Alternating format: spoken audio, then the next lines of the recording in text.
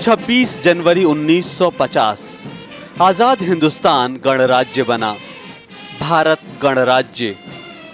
देश को मिले पहले राष्ट्रपति डॉक्टर राजेंद्र प्रसाद।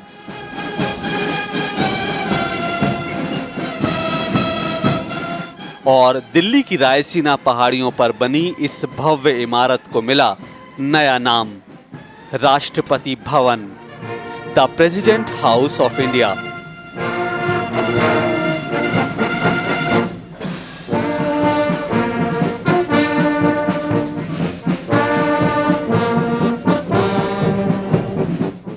आधी सदी से राष्ट्रपति भवन आजाद भारत के राजनीतिक इतिहास का गवाह बना हुआ है।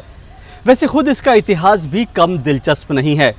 हालांकि दिल्ली में इस इमारत की नींव तो पड़ी थी साम्राज्यवादी ताकतों को विस्तार देने के उद्देश्य से, लेकिन इसके भाग्य में लिखा था दुनिया के सबसे बड़े लोकतंत्र का भागीदार बनना।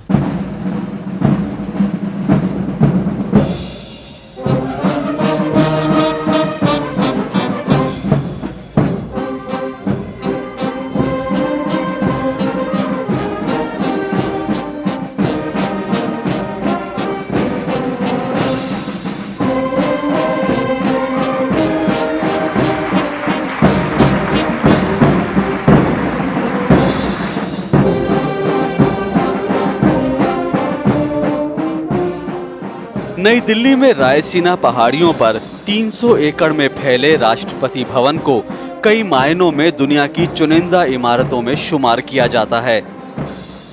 आज ये न सिर्फ दुनिया के सबसे बड़े गणतंत्र के राष्ट्रपति का सरकारी निवास है, बल्कि दुनिया में किसी भी राष्ट्र अध्यक्ष का सबसे बड़ा घर है।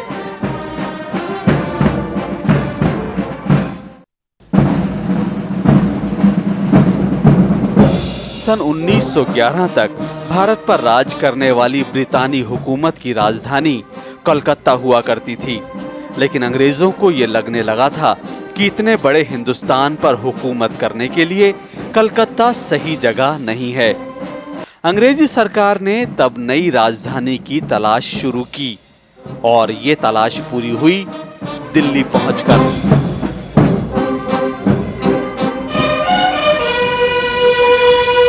12 दिसंबर 1911 जॉर्ज पंचम ने दिल्ली को अंग्रेजी हुकूमत की राजधानी बनाने का ऐलान किया और फिर इस नई दिल्ली को बसाने की शुरुआत हुई।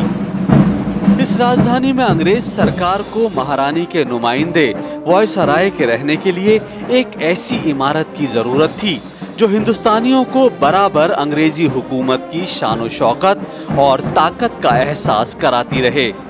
और तब दिल्ली की रायसीना पहाड़ियों पर एक भव्य और आलीशान वायसराय हाउस बनाने की योजना बनी। इसके निर्माण की जिम्मेदारी सौंपी गई ब्रिटिश वास्तुकार एडविन लुटियंस को। पर लुटियंस को ये एहसास भी न था कि जो इमारत वो बनाने जा रहे हैं वो महज एक इमारत नहीं, बल्कि भारतीय इतिहास में एक शिलालेख साबित होगी। एक ऐसी इमारत जो देश के गौरवशाली इतिहास के साथ साथ वर्तमान और भविष्य का हमसफर भी साबित होगी। राष्ट्रपति भवन को हिंदुस्तान में आज ताजमहल के बाद देश के सबसे आकर्षक भवनों में गिना जाता है। इस भव्य इमारत के वास्तुकार लुटियंस भले ही अंग्रेज थे, पर राष्ट्रपति भवन पर भारतीय वास्तुकला की छाप साफ तौर पर देखी जा सकती है। लेकिन इस इमारत से हिंदुस्तानियत न झलकती अगर उस समय के वायसराय लॉर्ड हार्डिंग लुटियंस को इस बाबत निर्देश न देते। लॉर्ड हार्डिंग का आदेश था कि भवन कलात्मक हो और वो पश्चिमी और भारतीय शिल्प कला के मिले जुले स्वरूप में उभरे, और ये इमारत हूबहू ऐसी ही बन पड़ी है। दूर से देखने पर राष्ट्रपति भवन ऐसा एहसास देता है मानो शिल्पकार ने रायसीना पहाड़ी की चोटी पर रत्नों से जड़ा ताज रख दिया हो। राष्ट्रपति भवन की एक खास पहचान मुगल गार्डन है। 13 एकड़ में फैला मुगल गार्डन 4 भागों में बटा है। मुगल गार्डन के फव्वारों और कैनाल अंग्रेजी शिल्पकला की याद दिलाते हैं, तो इसके डिजाइन पर ताजमहल और श्रीनगर के शालीमार गार्डन का प्रभाव दिखाई देता है।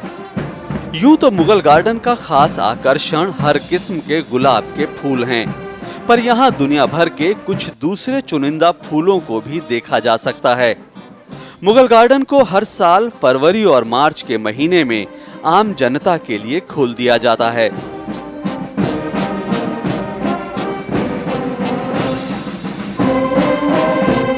इमारत का सबसे बड़ा आकर्षण इसका गुंबद है। हालांकि लुटियंस ये दावा करते रहे कि गुंबद की प्रेरणा उन्हें रोम के पैंथियॉन से मिली, पर सच तो ये है कि इस गुंबद के डिजाइन में मौर्य काल के सांची के स्तूप का प्रभाव साफ झलकता है। इसके अलावा इमारत की दीवारों को धूप और बरसात से बचाने के लिए बनाए गए छज्जों, छतरियों और जालियों पर भी भारतीय वास्तुकला की छाप दिखाई देती है। भवन के ठीक सामने और भीतरी खंडों में फव्वारों का इस्तेमाल किया गया है, जो भारतीय वास्तुकला की प्राचीन परंपरा रही है।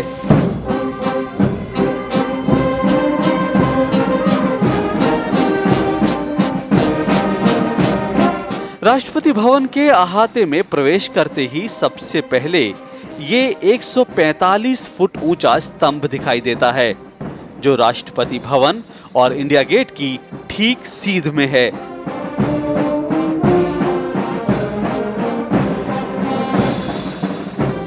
इसे जयपुर कॉलम कहा जाता है।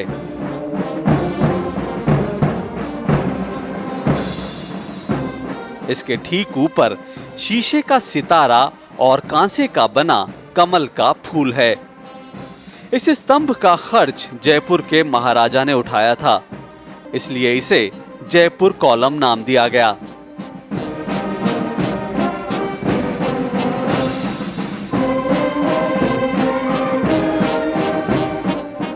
वायसराय हाउस को भव्य और आलीशान बनाने के लिए लुटियंस ने कोई कसर नहीं छोड़ी। 340 कमरों के इस विशालकाय भवन को बनाने और सजाने संवारने पर उस वक्त करीब 1 करोड़ 30 लाख रुपए खर्च हुए। इस इमारत को बनाने के लिए 4 साल का लक्ष्य रखा गया था। 3,500 से ज्यादा लोग दिन रात लगे रहे, फिर भी इसे बनते बनते 17 साल लग गए। भीतरी कमरों को सजाने के लिए बेल्जियम से झाड़ फानूस मंगाए गए, बर्मा से टीक की लकड़ी और इटली से 35 लाख वर्ग फुट संगमरमर आया। इमारत के मुख्य ढांचे और बाहरी दीवारों के लिए पत्थर राजस्थान से लाए गए थे।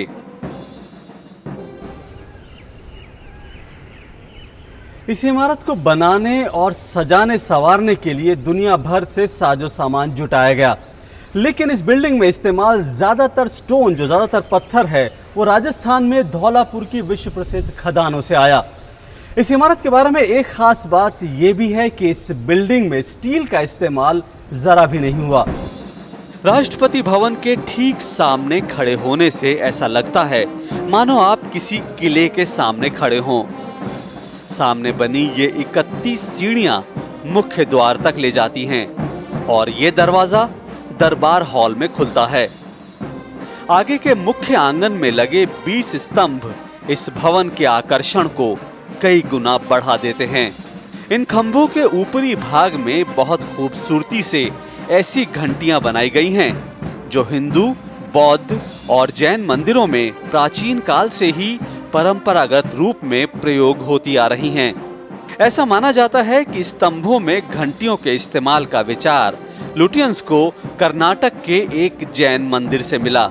ये माना जाता है कि लुटियंस ने आवाज करने वाली धातुओं की घंटियों के बजाय पत्थर की घंटियां इसलिए डिजाइन की ताकि वो खामोश रहें।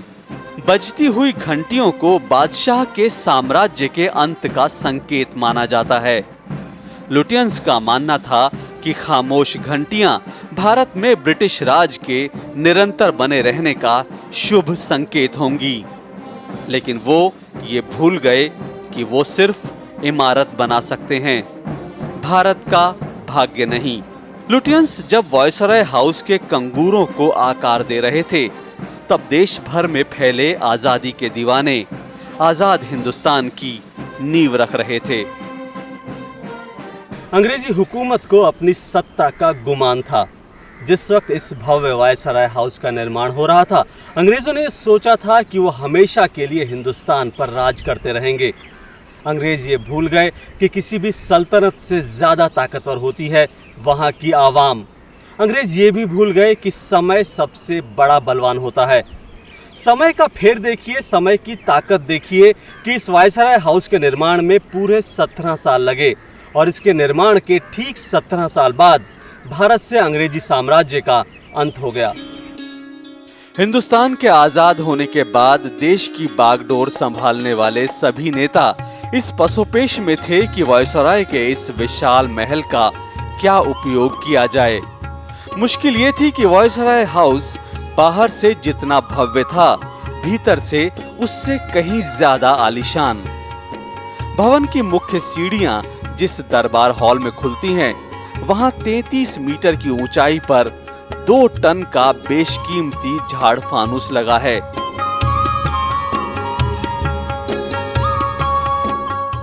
अंग्रेजी राज में यहाँ वायसराय का दरबार लगता था, इसलिए यहाँ वायसराय और उनकी पत्नी के लिए 2 सिंहासन रखे गए थे।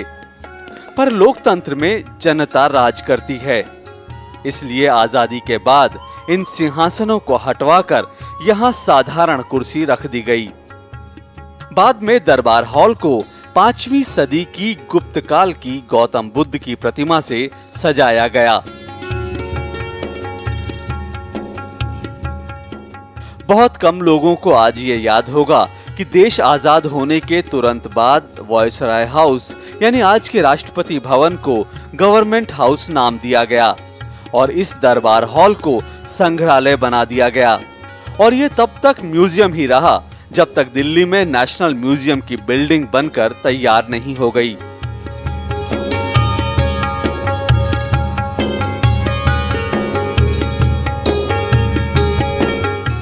वायसराय हाउस के बॉलरूम की भव्यता तो और भी निराली है। ये एक खूबसूरत आभूषण के बक्से की तरह दिखता है। इसकी छत पर पर्शियन स्टाइल की बेजोड़ पेंटिंग की गई है। शाही आखेट की ये चित्रकारी चमड़े पर की गई है। इस कक्ष को आज अशोक हॉल कहा जाता है।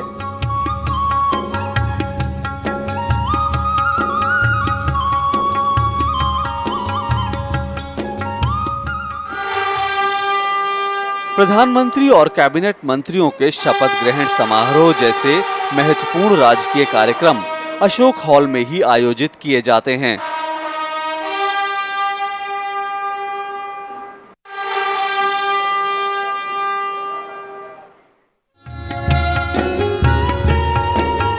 मार्बल हॉल को आप राष्ट्रपति भवन की आर्ट गैलरी भी कह सकते हैं। यहाँ वायसराय की और बाद में राष्ट्रपतियों की संग्रह की गई पेंटिंग्स रखी गई हैं। मार्बल हॉल में आप जॉर्ज पंचम और क्वीन मैरी की आदमकद संगमरमर की मूर्ति देख सकते हैं।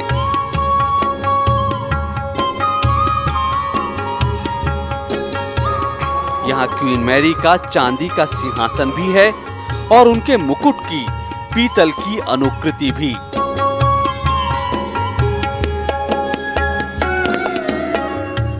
वायसराय हाउस में 54 शयन कक्ष और राजकीय मेहमानों के लिए अलग से अतिथि कक्ष बनाए गए। सभी कमरों को आपस में जोड़ते वैभवशाली गलियारे हैं। इन गलियारों की लंबाई ही करीब 1.5 मील से ज्यादा है। आजादी के बाद भारत के राजकीय दौरे पर आए कई महत्वपूर्ण राष्ट्राध्यक्ष राष्ट्रपति भवन के इन अतिथि कक्षों में ठहर चुके हैं। 1955 में रूसी राष्ट्रपति ख्रुश्चेव, 62 में अमेरिका के राष्ट्रपति जॉन एफ कैनेडी और हाल के वर्षों में गयाना के राष्ट्रपति भरत जगदेव राष्ट्रपति भवन की मेहमान नवाजी का आनंद उठा चुके हैं। पूर्व भूटान नरेश जब भी भारत के दौरे पर आते थे तो वे राष्ट्रपति भवन में ही ठहरते थे। अमेरिकी राष्ट्रपति कैनेडी जब हिंदुस्तान आए थे उस वक्त की उनकी हस्ताक्षर की हुई ये तस्वीर राष्ट्रपति भवन में आज भी उनकी याद बनी हुई है। और ये है स्टेट डाइनिंग हॉल यानी भोजन कक्ष। इस विशाल भोजन कक्ष में एक साथ 104 लोग बैठकर खाना खा सकते हैं।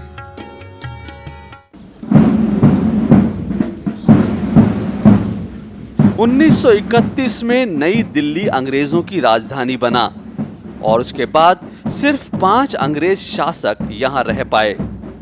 लॉर्ड माउंटबेटन आखिरी वायसराय थे और लॉर्ड इरविन यहां रहने वाले पहले।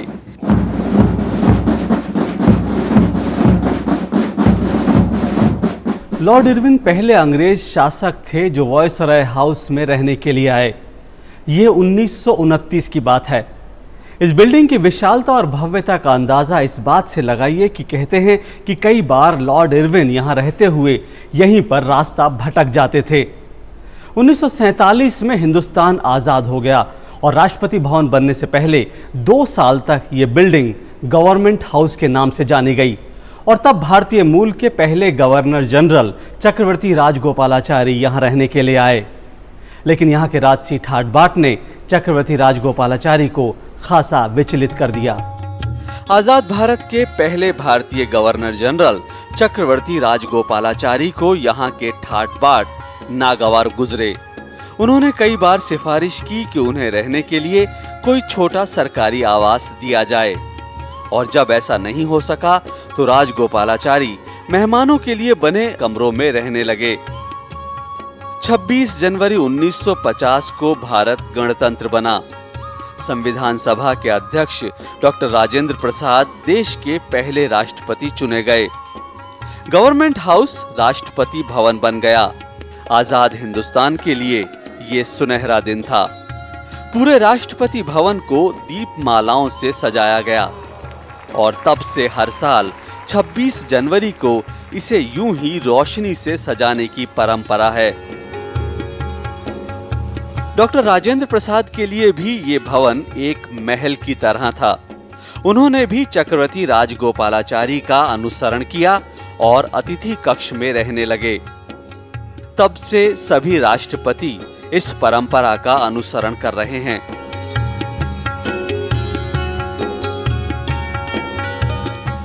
उन्नीस 1950 से अब तक यहाँ 12 राष्ट्रपति रह चुके हैं और ये सभी राष्ट्रपति देश की राजनीति के अलावा राष्ट्रपति भवन में भी अपनी यादों के साथ साथ कभी न मिटने वाली छाप छोड़ गए हैं। पहले राष्ट्रपति डॉक्टर राजेंद्र प्रसाद चाहते थे कि राष्ट्रपति भवन में पूर्व राष्ट्रपतियों की याद में उनके फोटो लगाने की बजाय हाथ से बनाए चित्र लगाए जाएं और ये परंपरा आज भी कायम है। स्टेट बैंक्वेट हॉल में सभी पूर्व राष्ट्रपतियों की पेंटिंग्स लगाई गई हैं। इसी तरह दूसरे राष्ट्रपति डॉक्टर सर्वपल्ली राधाकृष्णन शिक्षक थे और बहुत बड़े विद्वान। राष्ट्रपति भवन में रहते हुए उन्होंने यहाँ पुस्तकालय में अच्छी पुस्तकों के संग्रह पर बहुत जोर दिया। जाकिर हुसैन को गुलाब के फूलों से बहुत प्यार था। मुगल गार्डन में हर तरह के गुलाब के फूल खिलें, ये उन्होंने सुनिश्चित किया।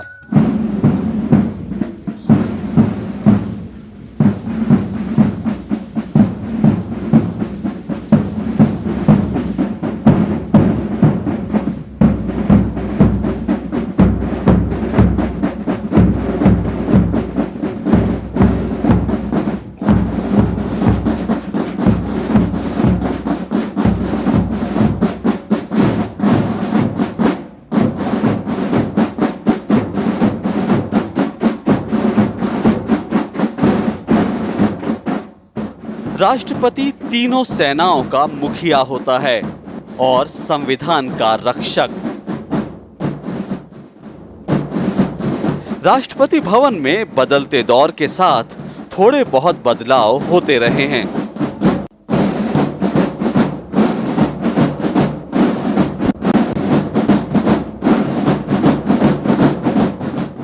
पूर्व राष्ट्रपति वेंकट रमन ने अपने कार्यकाल में राष्ट्रपति भवन के भीतर इस संग्रहालय की स्थापना की।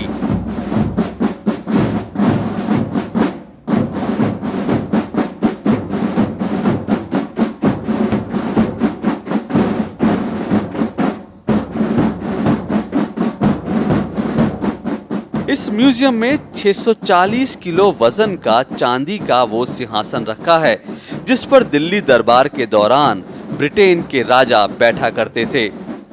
इसके अलावा यहाँ राष्ट्रपतियों को मिले कई बहुमूल्य उपहारों को संजो कर रखा गया है।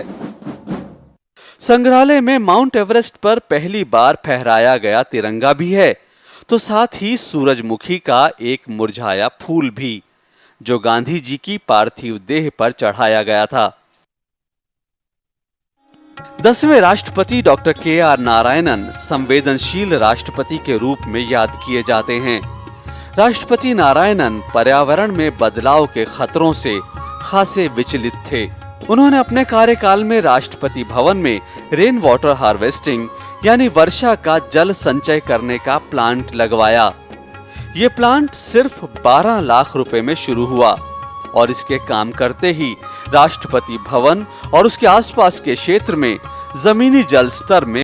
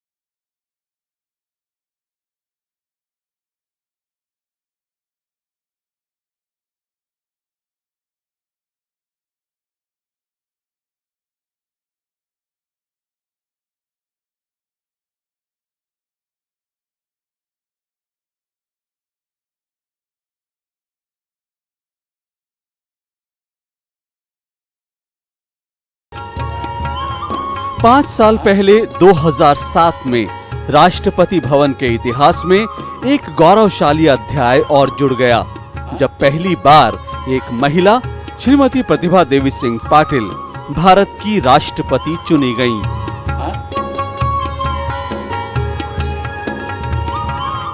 श्रीमती प्रतिभा पाटिल ने राष्ट्रपति भवन में रोशनी परियोजना शुरू की। ये पर्यावरण प्रबंधन, प्रदूषण रोकने और ऊर्जा के संचयन के लिए एक अनूठी परियोजना है। और अब अगले 5 वर्षों के लिए राष्ट्रपति भवन श्री प्रणब मुखर्जी का निवास होगा। राजनीति में बेहद अनुभवी प्रणब मुखर्जी को सब प्यार और आदर से प्रणव दा कहते हैं और वो भारत के 13वें राष्ट्रपति चुने गए हैं।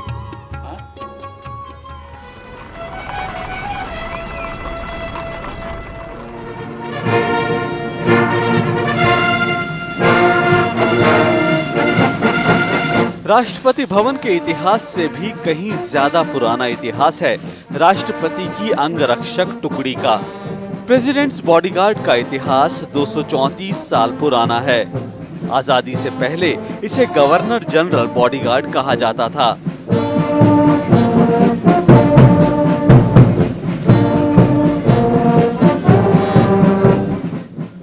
1950 से इसे नया नाम द प्रेसिडेंट्स बॉडीगार्ड मिला। आज ये भारतीय सेना की सबसे छोटी लेकिन सबसे खास रेजिमेंट है।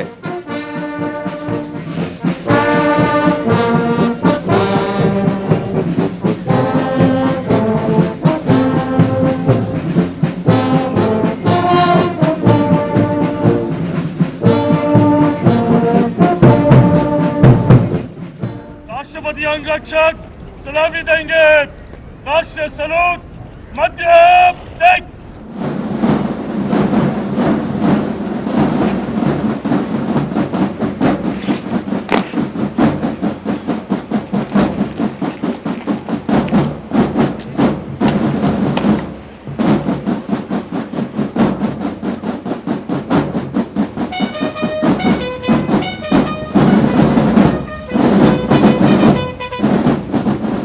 80 साल पहले लुटियंस ने वॉयसराय हाउस को ऐसी ऊंचाई पर बनाया जहां से हुक्मरानों को आम जनता दिखाई भी ना दे।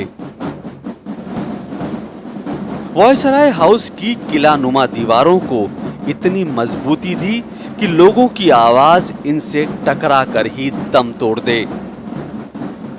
लेकिन यही वॉयसराय हाउस जब राष्ट्रपति भवन बना तो इतनी ऊंचाई पर रहकर भी कोई राष्ट्रपति राजनीतिक कर्तव्यों और सामाजिक सरोकारों से अछूता नहीं रह पाया। ये लोकतंत्र की ताकत है, ये गणतंत्र की ताकत है।